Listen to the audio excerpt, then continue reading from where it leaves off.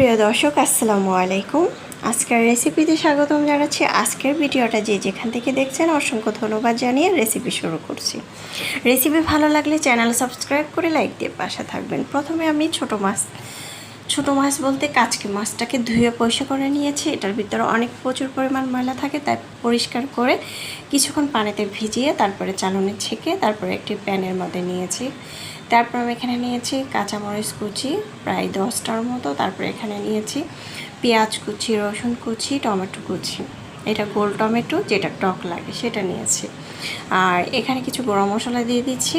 Half চামচ হলুদের গুঁড়া, মরিচের গুঁড়া 1 টেবিল চামচ, ধনিয়া জিরার গুঁড়া হাফ চামচ করে নিয়েছি। পরিমাণ মতো লবণ দিয়ে দিব, দেখতে পাচ্ছেন।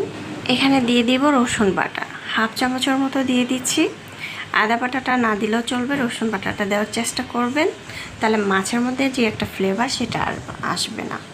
আজকে যেভাবে তৈরি করছি মাখিয়ে এভাবে চাইলে ঝটপট তৈরি করতে পারেন। খেতে কিন্তু দারুণ মজা হয়েছিল। আর এই ছোটো মাছটা যদি মাখিয়ে রান্না করে তাহলে কিন্তু খেতে ভালো লাগে। তবে আমার বাসায় আমি সবসময় মাছগুলো একটু মাখিয়ে রান্না করতে পছন্দ করি। মাখিয়ে রান্না করলে তরকারিটা খুবই স্বাদ লাগে। যাই হোক, এখানে তেল দিয়ে দিলাম। আপনারা চাইলে সরিষার তেলটা অ্যাড করতে পারেন। আমি রেগুলার রান্নার তেল দিলাম। এখন আমি হাতের সাহায্যে খুব ভালো করে মেখে নেব। যারা নতুন রাঁধুনি তারা চাইলে কিন্তু এই রেসিপিটা ট্রাই করতে পারেন। যারা নতুন রান্না শিখছেন তাদেরকে বলছি। যাই হোক, আলহামদুলিল্লাহ প্রথম অবস্থায় রান্না করলে খেতে দারুণ লাগে।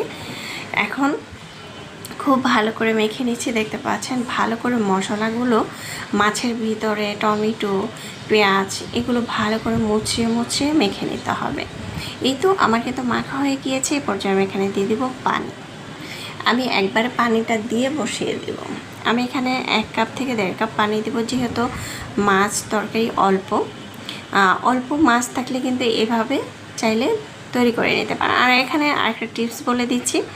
এখন তো কাঁচা আমের সিজন, চাইলে কিন্তু কাঁচা আম অ্যাড করতে পারেন, খেতে কিন্তু দারুণ লাগবে। এখন দিয়ে দিচ্ছি পানিটা দিয়ে ঢাকনা দিয়ে ঢেকে আমি বসিয়ে দেব। আমি সব কিছু উপকরণগুলো দিয়ে দিয়েছি। এখন ঢাকনা দিয়ে ঢেকে চুলার আঁচ বাড়িয়ে দিয়ে এটা বসিয়ে দেব। যেহেতু ছোটো মাছ হতে বেশি সময় লাগে না, বসিয়ে দিলে কিন্তু হয়ে যাবে 5 মিনিটের মধ্যে। যাই হোক, এই তো আমি এখন ঢাকনা দিয়ে ঢেকে চুলার আঁচ বাড়িয়ে দিয়ে বসিয়ে দিয়েছি চুলায়।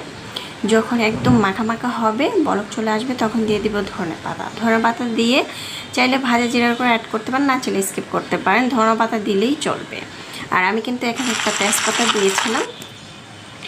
এখন চুলার আঁচটা বন্ধ করে দিয়ে আমি কিন্তু একটি বাটিতে পরিবেশন করে নিয়েছি। মাশাআল্লাহ, দেখতে যেমন সুন্দর হয়েছে, খেতেও কিন্তু দারুণ মজা হয়েছিল। চাইলে ঝটপট এই রেসিপিটা ট্রাই করতে পারেন।